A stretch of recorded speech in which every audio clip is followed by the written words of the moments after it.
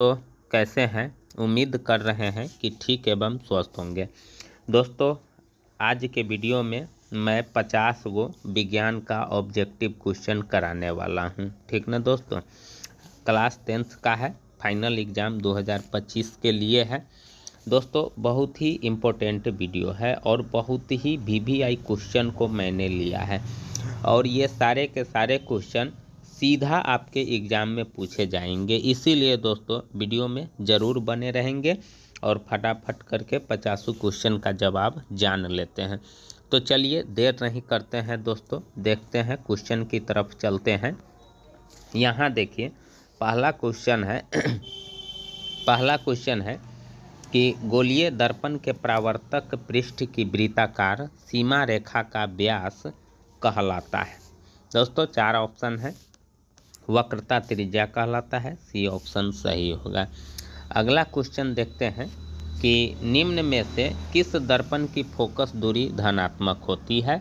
तो उत्तल दर्पण की फोकस दूरी धनात्मक होती है, ए ऑप्शन सही होगा।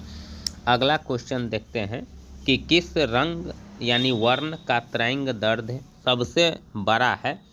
तो लाल का सबसे बड़ा तरंग दैर्ध्य होता है, ए ऑप्शन सही होगा।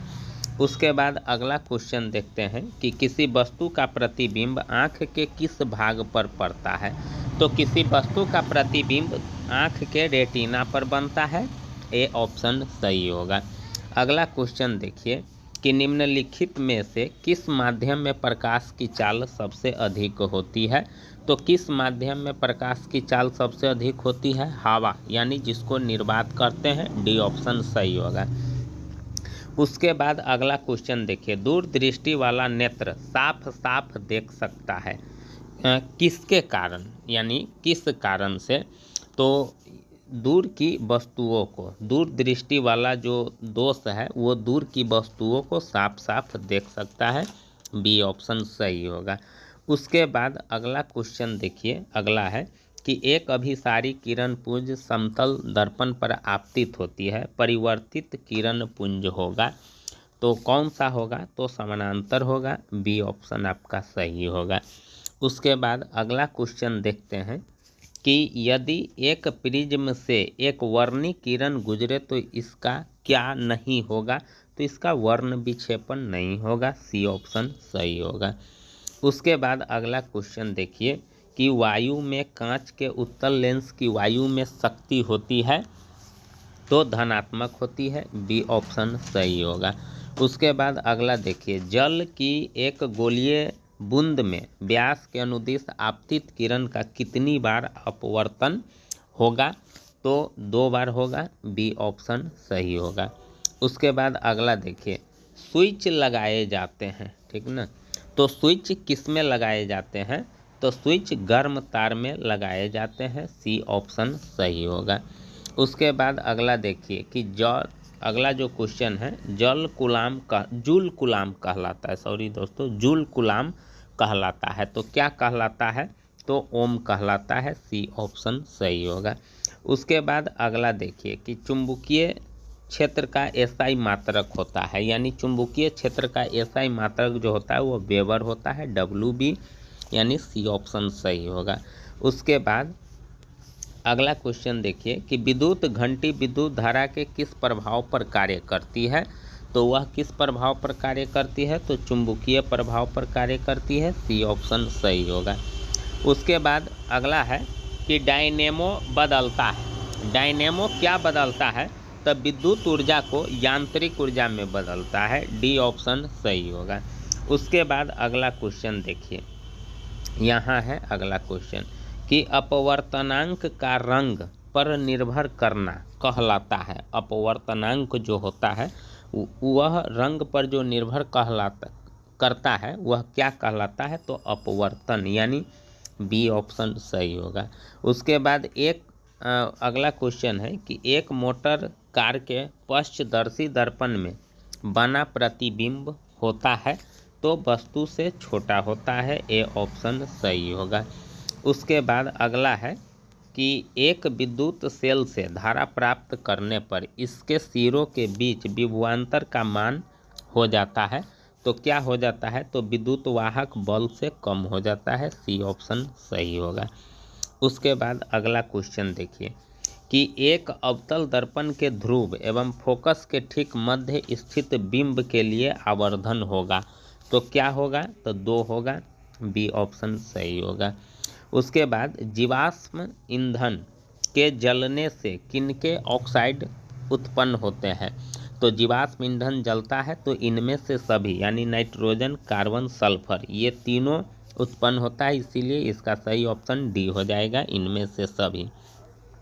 उसके बाद अगला क्वेश्चन है कि वैद्युत प्रतिरोधकता का एसआई मात्रक क्या है, तो वैद्युत प्रतिरोधकता का एसआई मात्रक ओम मीटर है। सी ऑप्शन सही होगा।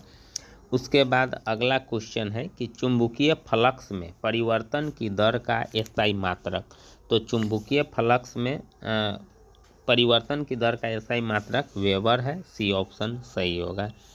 उसके बाद अगला क्वेश्चन है कि समांग माध्यम से प्रकाश गमन करता है, तो समांग माध्यम से सरल रेखा में प्रकाश गमन करता है। डी ऑप्शन सही होगा।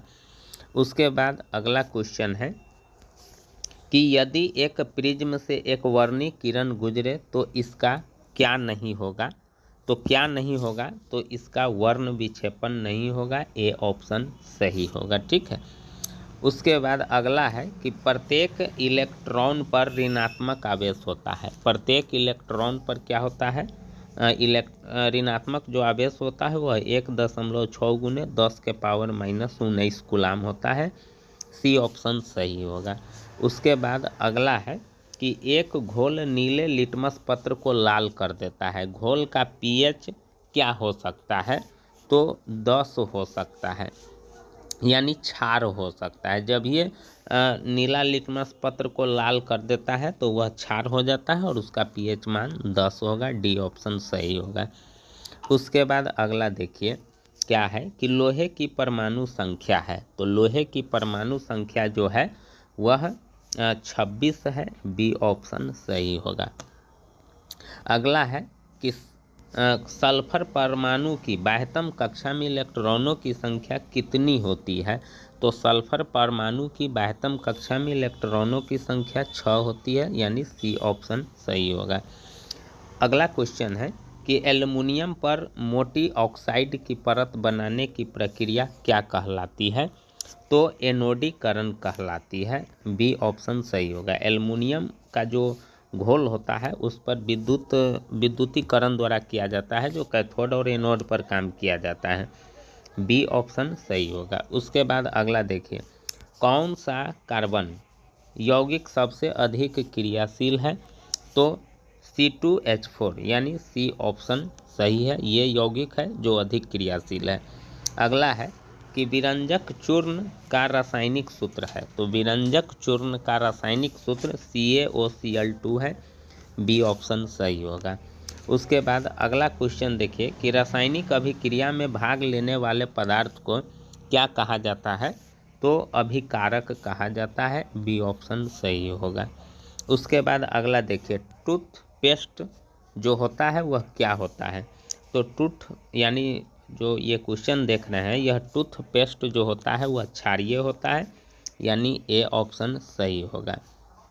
उसके बाद अगला देखिए कि निम्नलिखित में कौन सा कार्बोक्सिल समूह है, तो कौन सा है कार्बोक्सिल समूह, तो -COOH जो देख रहे हैं सी ऑप्शन सही होगा। उसके बाद अगला क्वेश्चन है कि निम्नलिखित में किसके कारण अम्ल वर्षा होती है, तो SO2 सल्फर ऑक्साइड के कारण। सी आपका आंसर सही होगा। उसके बाद अगला क्वेश्चन देखिए यहाँ जो देख रहे हैं, यहाँ देखिए यहाँ निकेल की परमाणु संख्या है, तो निकेल की परमाणु संख्या 29 है। सी ऑप्शन सही होगा। उसके बाद अगला जो क्वेश्चन है एक जांच परख नली में लिए गए विलयन में एक लोहे की कील को डुबाया जाता है, आधे घंटे के बाद यह देखा गया कि विलयन का रंग परिवर्तित हो चुका है। उस जांच परख नली में विलयन था, तो उस जांच परख नली में ZnSO4 विलयन होगा, इसीलिए विलयन का रंग परिवर्तित हो चुका था, जिंक सल्फाइड जिसको बोलते हैं। अगला है क्वेश्चन कि एथेनॉल को सांद्र H2SO4 के साथ गर्म करने पर निम्नलिखित में कौन सी गैस बनती है? तो C2H6, ए ऑप्शन सही होगा। उसके बाद अगला देखिए कि हीरा निम्नलिखित में किस तत्व का अपरूप है? तो हीरा जो है वह कार्बन का अपरूप है, डी ऑप्शन सही होगा। उसके बाद अगला क्वेश्चन है कि 1 ग्राम सोने से कितना लंबा तार बनाया जा सकता है? तो 1 ग्राम सोने से 2 किलोमीटर लंबा तार बनाया जा सकता है, डी ऑप्शन सही होगा। उसके बाद अगला क्वेश्चन देखिए कि निम्नलिखित यौगिकों में कौन जल में विलय है? तो ग्लूकोज जल में विलय है, सी ऑप्शन सही होगा। उसके बाद अगला देखिए कि निम्नलिखित में कौन सा अमलगम है? तो इसमें कौन सा अमलगम है? तो NaHG यानी डी जो ऑप्शन देख रहे हैं ये सही होगा। उसके बाद अगला देखिए एथिलीन का IUPAC नाम है। तो एथिलीन का जो IUPAC जो नाम है वह एथीन है, बी ऑप्शन सही होगा। उसके बाद अगला देखिए अगला क्वेश्चन है कि ब्यूटेन का अणुसूत्र C4H8O है, इसका क्रियाशील समूह जो है वह कौन सा होगा? तो कीटोनिक का होगा, बी ऑप्शन सही होगा। उसके बाद अगला है 45 नंबर जो देख रहे हैं, एल्काइन में 2 कार्बन परमाणुओं के बीच कितने सहसंयोजक बंधन होते हैं? तो इसमें 3 सहसंयोजक बंधन होते हैं यानी 3 बाउंड होता है, बी ऑप्शन सही होगा। सिनेबार किस धातु का अयस्क है? तो यानी ये जो क्वेश्चन है सिनेबार किस धातु का अयस्क है? तो Hg, मरकरी जिसको बोलते हैं, डी ऑप्शन सही होगा। उसके बाद अगला जो क्वेश्चन है सल्फाइड अयस्क का सांद्रण निम्नलिखित में से किस विधि द्वारा होता है? तो फेन उत्प्लावन विधि द्वारा होता है, डी ऑप्शन सही होगा।